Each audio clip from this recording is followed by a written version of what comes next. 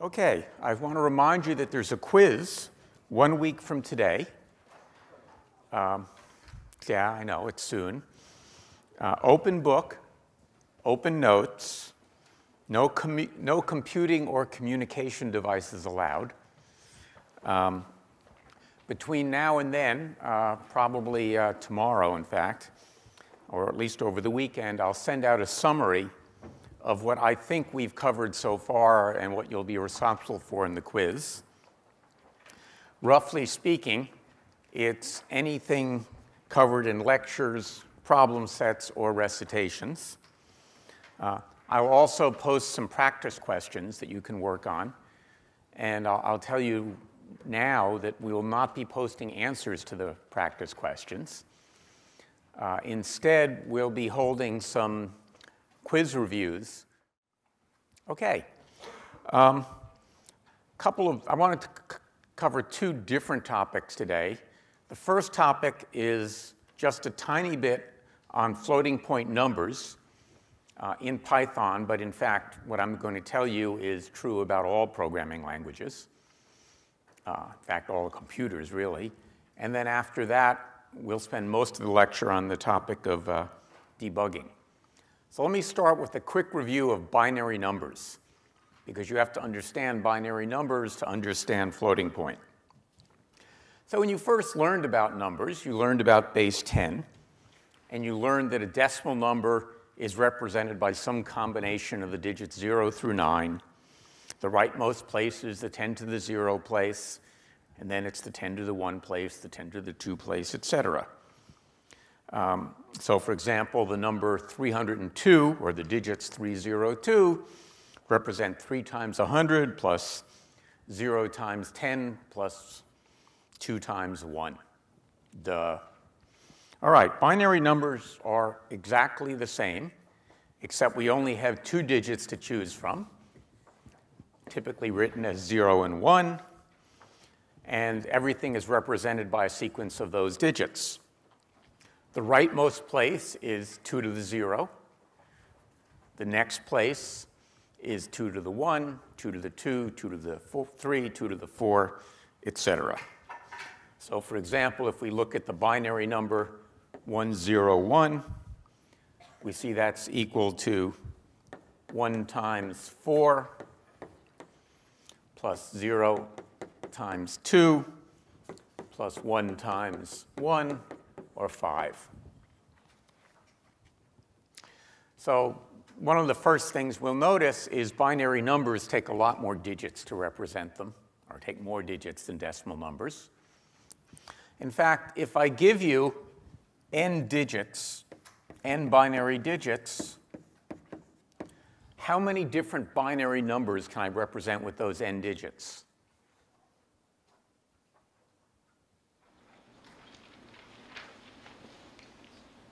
Well, if I gave you n decimal digits, how many different numbers can I represent? How many different values can I represent? 10 to the n. Pardon? 10 to the n. 10 to the n. And so for a binary number, it's going to be? 2 to the n. 2 to the n.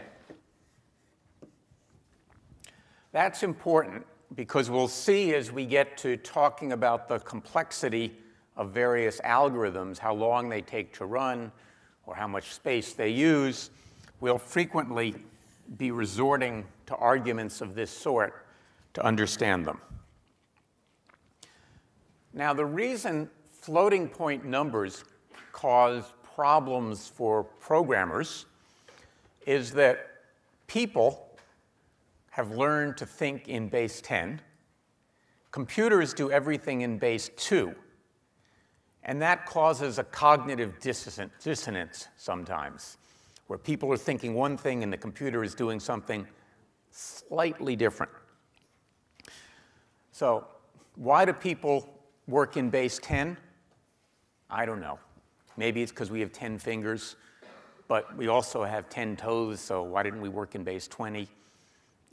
We have 1 head. I don't know why. But we do it. We work in base 10. I do know why computers work in base 2. And that's because it's easy to build switches in electronic hardware. A switch is some physical device that has only two possible positions, on or off. We can build very efficient switches in hardware, and so it's easy to represent a number as a sequence of on and off bits, switches either on or off. Originally, they were relays, then they became transistors. Now they're something altogether different. But what they all had in common was they were stable in the off position, they were stable in the on position, and they never had to get in between. Hence, we represent everything in computers in binary. So now let's think about why that causes some confusion. And it does only for fractional numbers. So for whole numbers, binary and decimal, it doesn't matter. Ints are never confusing. They sort of do what, God told us integers should do, or whoever told us integers. All right, but now let's look at other things. So I want to start by looking at the decimal number 0.125. What's that as a fraction, by the way? Happens to be 1 what? 1/8. Okay, we'll see why that actually matters in a minute. So what does it mean, in some sense, in decimal? It's equal to 1 times 10 to the minus 1 plus 2 times 10 to the minus 2 plus 5 times 10 to the minus 3. So it works exactly the same way that things work on the other side of, in this case, the decimal point. Suppose we want to represent it in binary. So instead of a decimal point, we have a binary point. What does it look like then?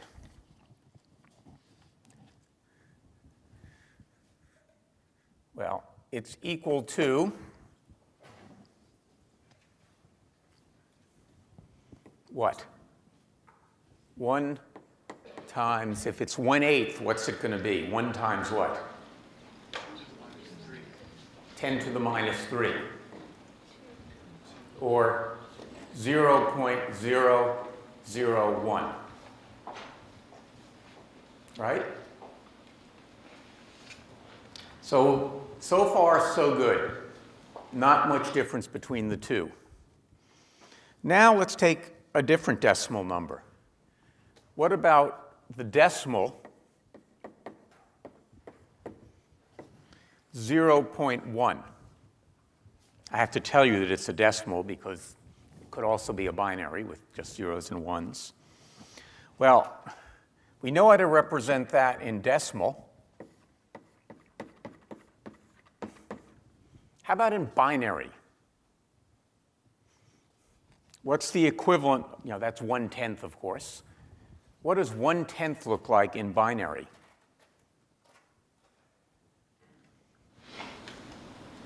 Any takers?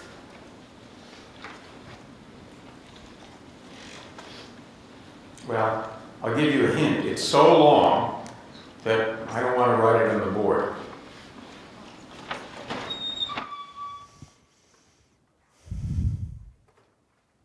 In fact, it's worse than long. It's infinite. I guess that's kind of long. It's this repeating binary fraction. There is no finite combination of binary digits that represent the decimal fraction 1/10. There's no way to do it. And that's why things get a little hairy. So we can stop at some finite number of bits. And in fact, that's what happens in the internal representation in Python. It ends up representing 1/10 as something equivalent to this decimal fraction. if I take the number of binary bits that are inside the computer, and then I translate it back to decimal, it turns out that it's using this approximation for the decimal fraction 1/10. So for example, some of you in your problem set where you were computing how much you had to pay on a credit card would get answers that were eventually off by a penny or something from what we expected in some. And that has to do with the fact that you were thinking in decimal, and in fact you were writing your program in decimal, yet internally things were happening in binary, and when you thought you were writing 1/10, for example, you were actually getting something like this inside the computer. Pretty close to 1/10, but not exactly 1/10. Now, when we print it, we get yet something else, because the print statement uses an internal function that by default rounds these things to 17 digits. And so you end up getting something like that, or you might, depending how you do it. So let's look at an example here.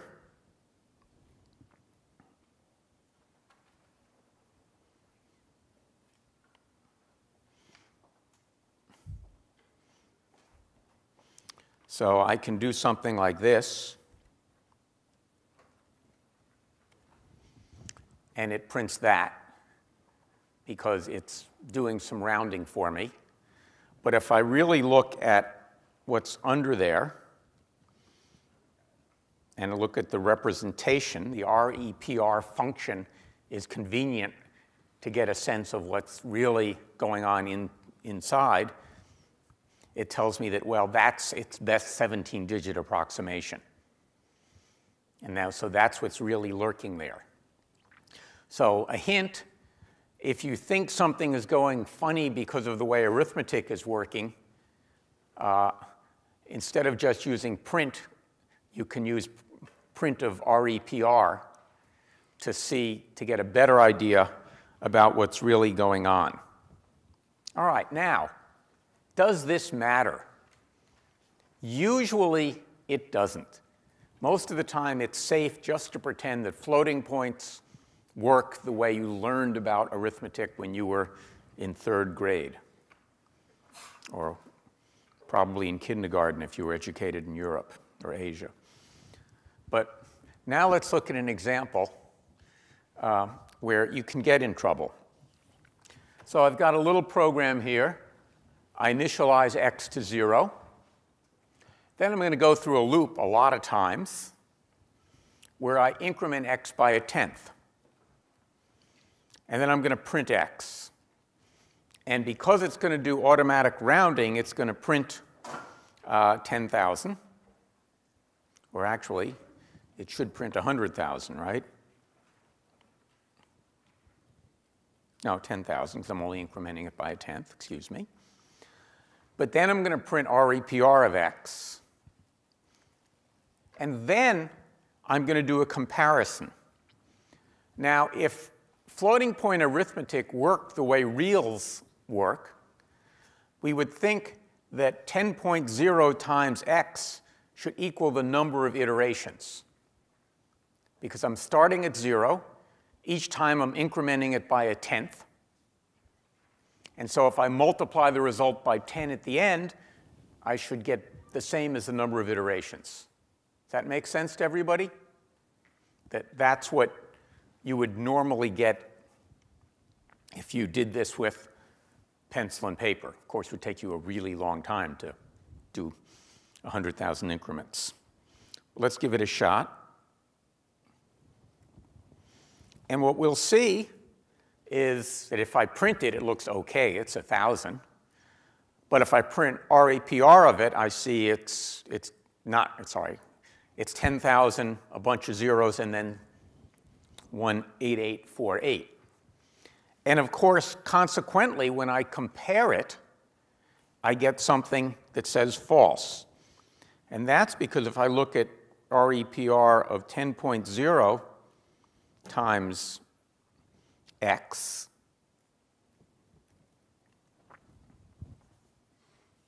well, that's interesting. What's going on here? It kind of looks like the same thing, doesn't it? But it's not, because way out there at some other digits we're not seeing, something different is happening. Okay, what's the moral of this? It's not complicated. It's not, okay, write your programs thinking deeply about what's going on in those bits way out there at the end. It's don't ever test whether two floating numbers are equal to each other. Instead, do something like this.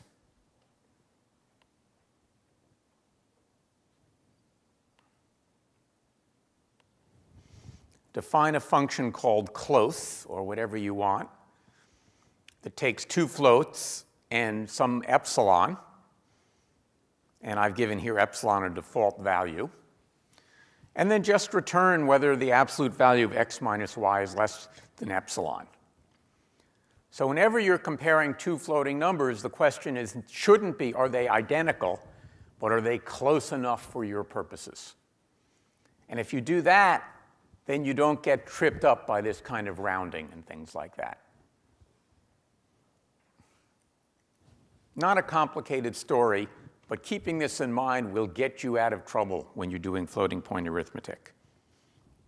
Let's run this and see what happens.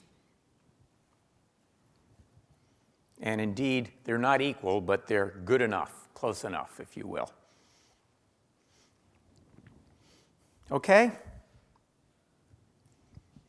One of the dangers, the reason this went wrong, is these little differences can accumulate if you go through a lot of iterations. Sometimes they balance out, sometimes it rounds up, sometimes it rounds down, but not always. So, very simple answer. Just don't get caught up in this problem of floating point numbers. All right, any questions about that? All right, yes? Do you know if the REPR function's been changed for 5.2.7? It's only returning 0.1 and not 0.1000002. In 2.7? Yeah. Don't know, sorry. But the moral remains the same.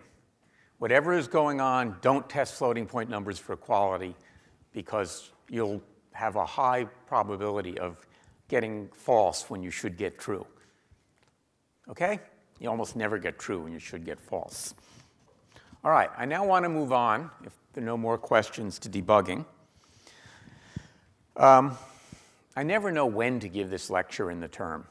So what I usually do is I wait until the volume of email and complaints and office hours builds, and I realized people are ready to learn more about debugging. If I do it too early, people don't pay any attention because they don't realize it's a problem. And if I do it too late, they get irritated with me because they say, well, why didn't you tell me this earlier in the semester when it would have done me some good? So I pick a time, and right now it looks like the need has built up enough that it's worth doing. There's a very charming urban legend about how the process of fixing flaws in software came to be known as debugging. It's one of those stories that's so nice that you just want it to be true. So let's look at the story, because it's fun.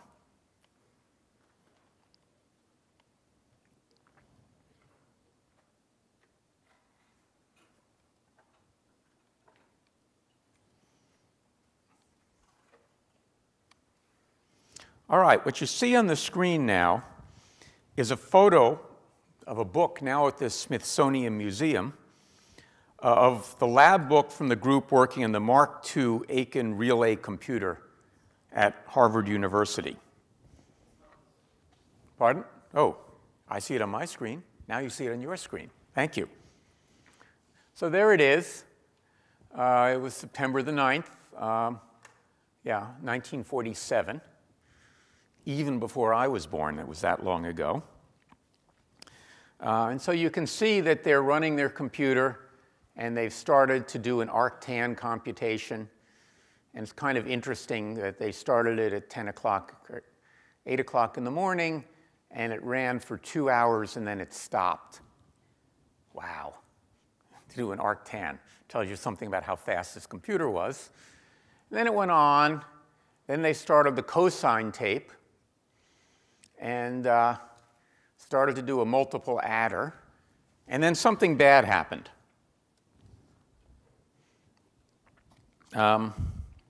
It stopped working. Whoops. All right. Hold on a second.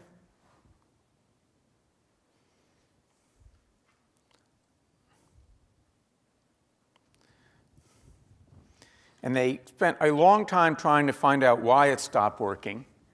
And then they found out the problem. They found a moth stuck between one of the relays. So it had electromechanical relays for their switches, the on and off, and they were debugging. Maybe they didn't call it debugging. And they found the software had failed because the hardware had failed, and the hardware had failed because a bug had been stuck in one of the relays. They debugged it, as in removed the moth, and the program ran to successful completion. And as you can see, the comment was written in this book, first actual case of a bug being found. Hence, we call it debugging. This was, by the way, Grace Murray Hopper's lab book.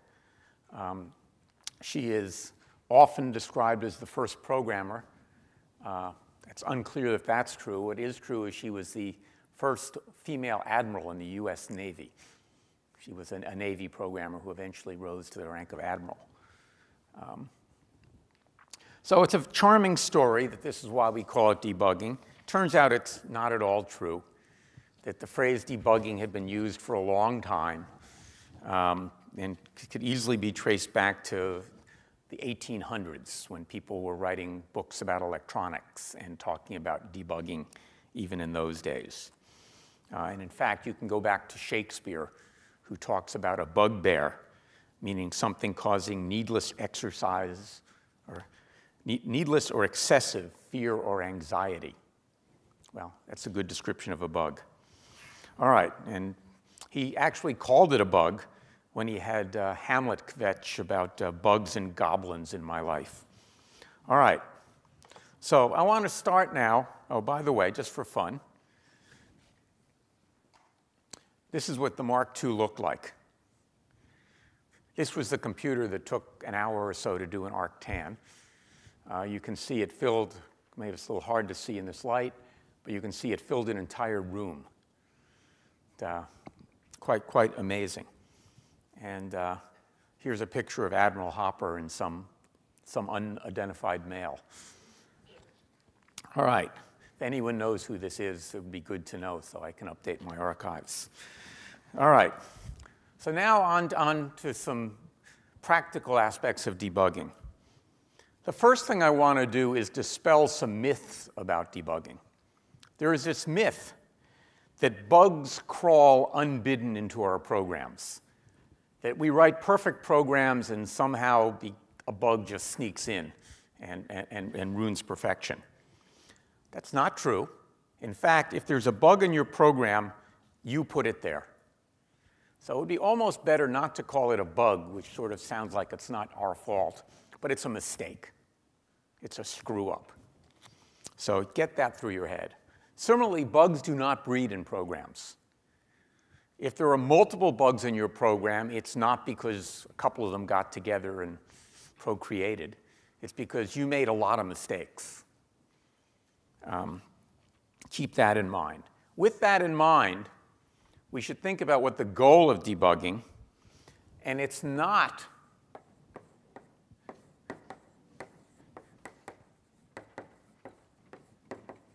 to eliminate one bug quickly.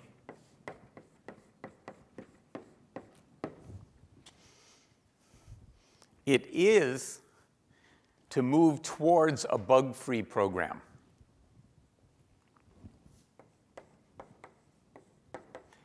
And I say this because they're not always the same strategy that you would follow for these different goals. And I also carefully say to move towards a bug-free program, because in truth be told, we're hardly ever sure that we have no bugs left. Debugging is a learned skill. Don't despair. Nobody does it well instinctively. Right? Evolution did not train us to be debuggers. So a large part, probably the largest part in many ways, of learning to be a good programmer is learning to debug. And what that has to do is thinking systematically and efficiently about how to move towards a bug-free program. The good news is it's not hard to learn, and it is a largely transferable skill. The same skills you use to debug software can be used to debug laboratory experiments. I actually give lectures sometimes to physicians about how to debug patients, how to use debugging techniques to find out what's wrong with people when they're sick. It's a very good and useful life skill. Now, for 4 decades, maybe 5 decades, people have been building tools called debuggers. And you'll find that built into IDLE there is a debugger that are designed to help people find out why their programs don't work and fix them. Personally, I almost never use one. The tools are not that important. What's important is the skill of the craftsman in this case. And in fact, most of the experienced programmers I know rely on print statements. So it's okay to use the debugger, but I think the best debugging tool is print. And I have to say, I've been surprised, that's a mild word here, at how few print statements you guys seem to use. I get these emails, or the staff gets these emails, kind of plaintive, why doesn't my program work? You know, and then there's a little piece of code. And the answer I send back when I reply before one of the TAs do, and they usually get there first, is usually, put in a print statement here and see what happens. And I'm just amazed that when the code arrives, it doesn't have these statements in it. My favorite response was I sent an email to a student who shall go nameless, and he, or maybe it was a she, and I said, insert a print statement here and see what happens. And I got back a reply saying, no, I don't need a print statement here. I know what the value of this variable is. Well, you know, my reply was that if all the values were what you thought they were, you wouldn't be sending an email saying, why doesn't my program work? Put the darn print statement in and see what happens. And then I got a gracious email back saying, more or less, whoops, I see. But please, you know, when you send us some code and you want some help, send us code with some print statements already in it to at least show us that you've tried to find the bug yourself. All right, so what we're essentially doing when we insert print statements in a code is searching for the place in our program where things have gone awry. And the key to being a good debugger is to be systematic in this search. So you saw that when we looked at algorithms for things like exhaustive enumeration. We said, well, if we're searching for an answer, we have to search the space carefully, one at a time. Then we said if we want to search it efficiently, maybe instead of starting at the beginning and just going to the end, we should use something like binary search. The same techniques can be used when you're searching for bugs.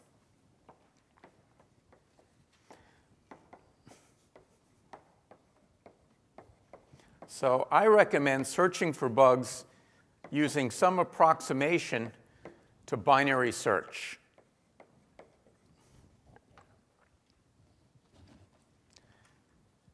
And we'll see an example of this as we go forward. But as we look at the example, what I want you to think about is what are we searching for? Well, we know our program doesn't work. So the question that I like to ask is not why didn't it produce the answer I wanted it to, but how could it have done what it have done?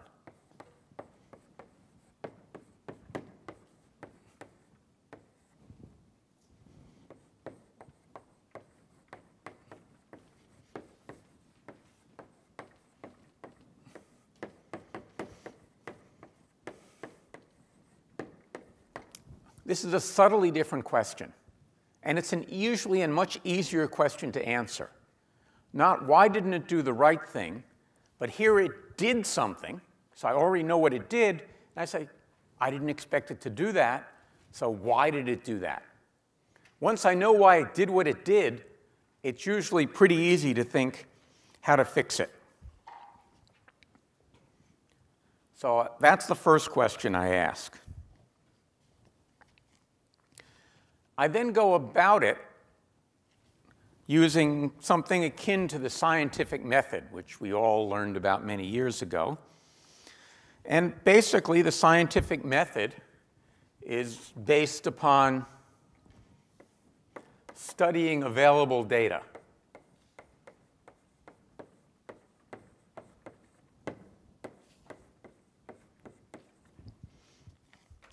The data you have is, of course, the program text itself, the test results.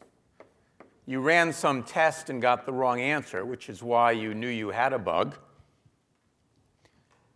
And then you can probe it. You can change the test results by using print statements so that you have more data to study.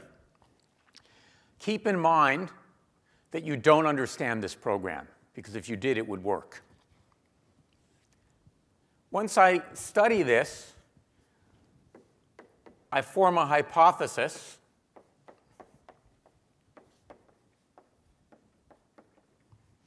that at least I think is consistent with the data.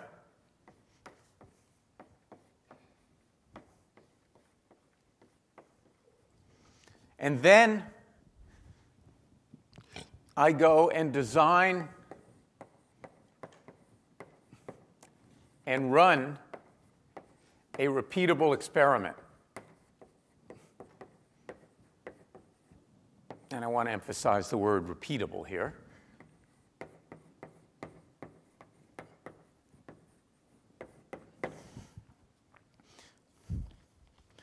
And again, the key thing, as with the scientific method, the experiment to be useful must have the potential to refute the hypothesis.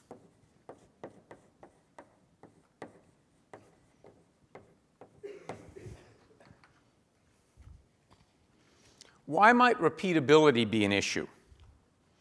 Well, as we'll see pretty soon, a lot of programs involve randomness, where you're doing something equivalent to flipping a coin somewhere in the program, which might come up heads or tails, and the program would do different things.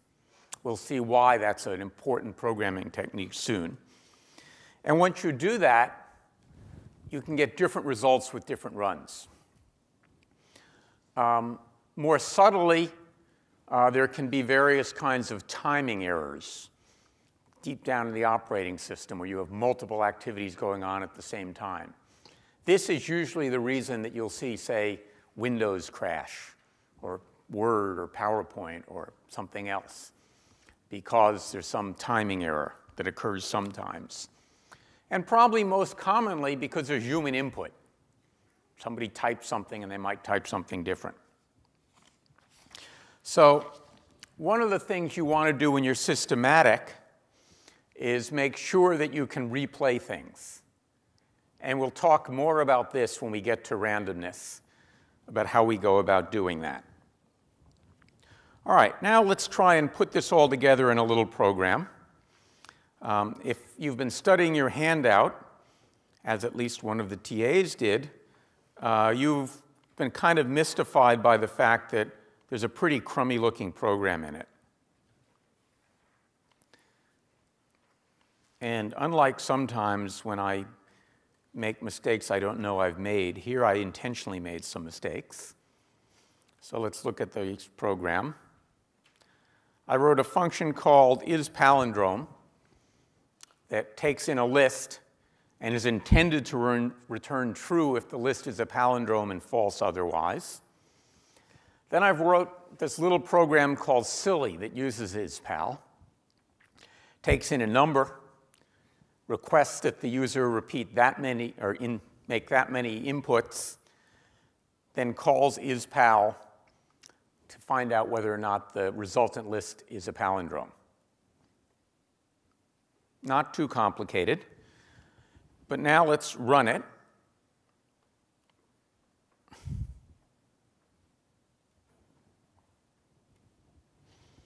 We'll do silly of 5.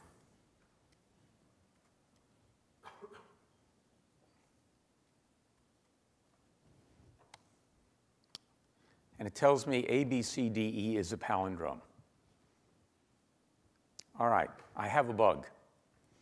Now I need to go try and find that bug. So the first thing I need to think about when I'm looking for it is to try and find a smaller piece of input that will produce the bug.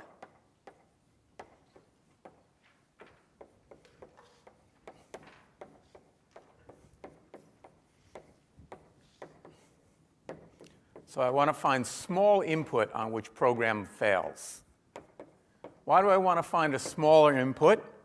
Well, A, in this case, it's less typing. B, if it's a real program, it's probably less execution time to make it run. But C, it'll be easier to debug because there's fewer kinds of problems.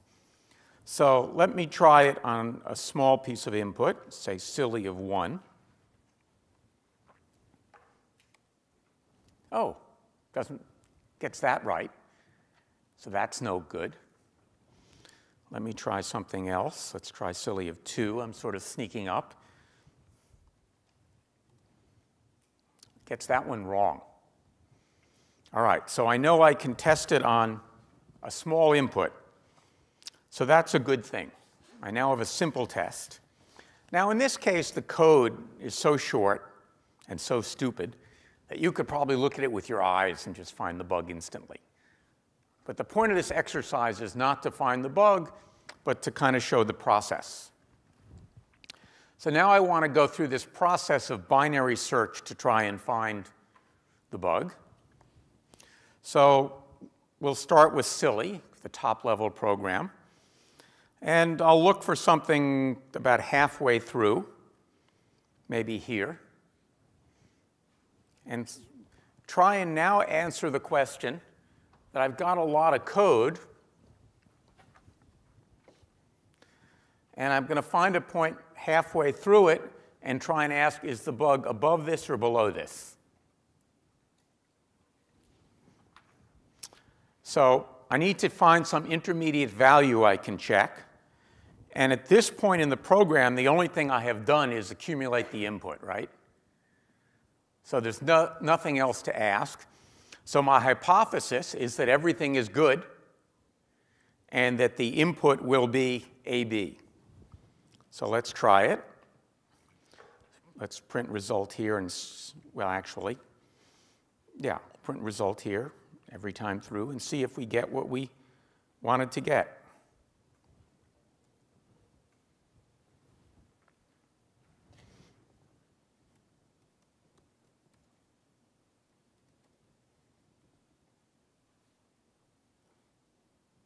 Huh. All right. That's not what I expected. So something is wrong. What's wrong?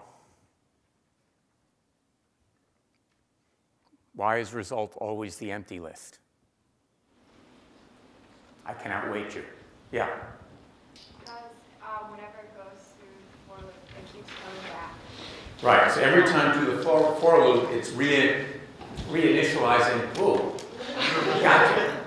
For those of you who are watching on TV, I just hit a person who was heads down. with a piece of candy. Fortunately, it was not a hard candy. All right, so you're right. Let's get that out of there.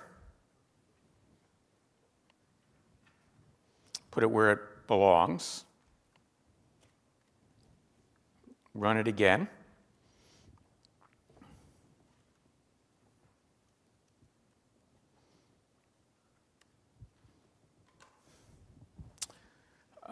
Okay.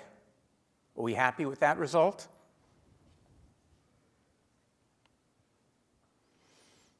Yeah, because I've done that before the append, right?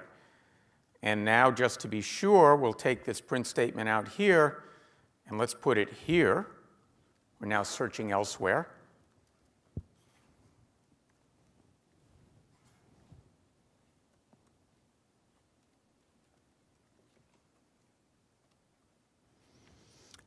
Well, the good news is I now have the right result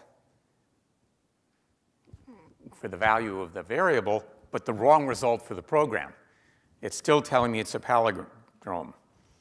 So the moral here is there is no such thing as the bug. Never use the definitive article. There is a bug. There's a story that I've heard related to this, as far as finding a bug. You can imagine that you're at someone's house for dinner. You're sitting at the dining room table, you can't see the kitchen, and suddenly you hear from the kitchen, "What the heck's that?" Well, your hostess walks out and says, "Don't worry, I just killed the cockroach on the turkey." Well, your immediate reaction is, the cockroach on the turkey? Where there's one, there's likely to be more. Every time you find a bug, the more bugs you find, probably the more bugs there are still left, because you've shown that you make a lot of mistakes. All right, onward we go. So what do we do next? Well, we now know, at least, that things look okay to this point, which suggests that the problem must come below this in the program. Well, the only thing that's going on below this is the call to isPal. So now we'll say, okay, we've now isolated the bug to isPal. That's a good thing.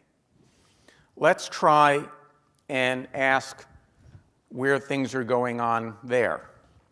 So we'll take a point halfway through isPal, and we'll print some things here. So let's print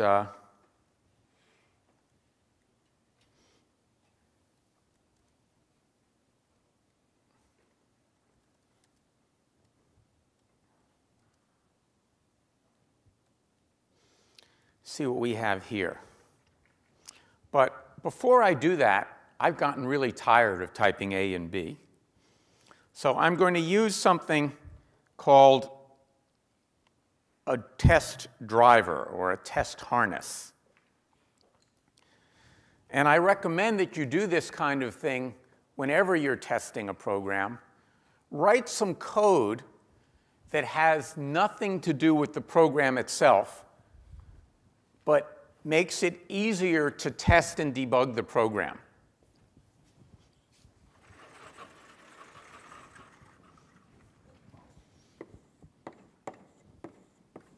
The pretentious word for this is a test harness.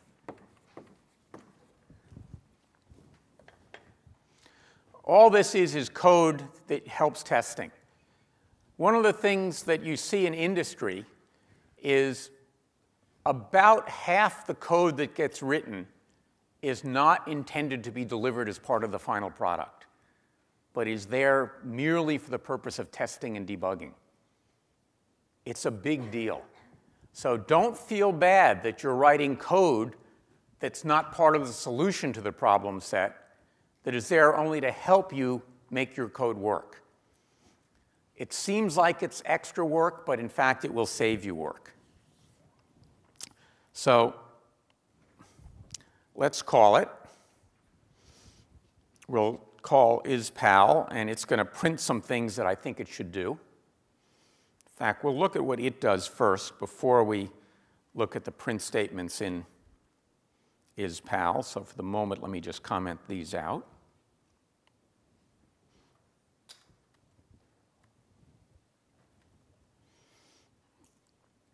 And what we see here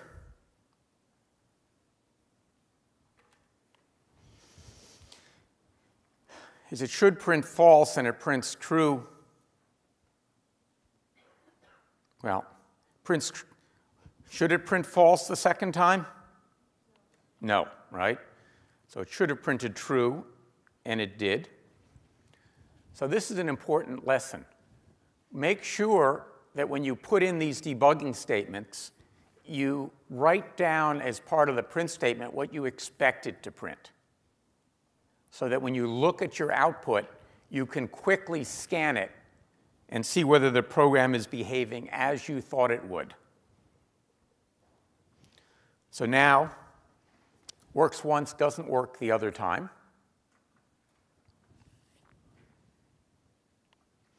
So we'll go back and turn on the print statements up here.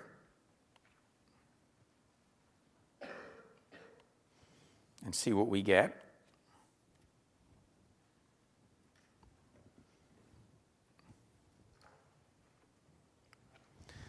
So it's printed temp is 121 and x is 121. So kind of okay that print and x are the same. We expected that. But we thought we reversed it, right? We've entered 121, and it is this.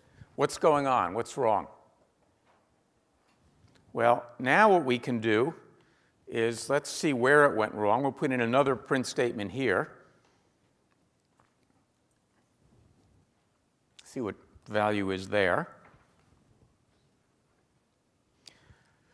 Well, it was 121 before reverse, and it's 121 after reverse. How come?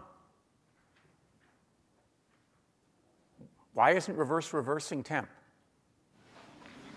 Yeah. Do you need parentheses after reverse? Exactly. I need parentheses after reverse.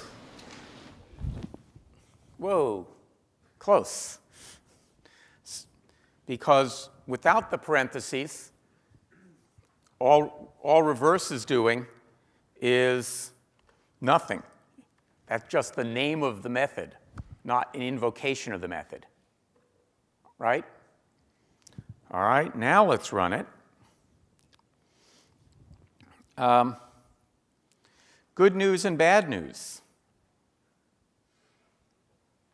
What's the good news? It has indeed reversed 1, 2, right? To make it 2, 1. But it's also reversed x. So naturally, since it's reversed x, temp and x will be the same, and I get the wrong answer. What's wrong now? Yeah? So it's, I think you're aliasing. I'm aliasing. And it's reversing. Because now remember how mutation works. Now temp and x both point to the same object. If I reverse the object, it doesn't matter whether I get to it through x or I get to it through temp, it will still have been reversed. So in this case, what I need to do is this. Clone it. And now when I run my code, it works. No applause? All right. A couple more things about debugging next Tuesday, and then we'll move on to some pretty interesting topics in the next phase of the course.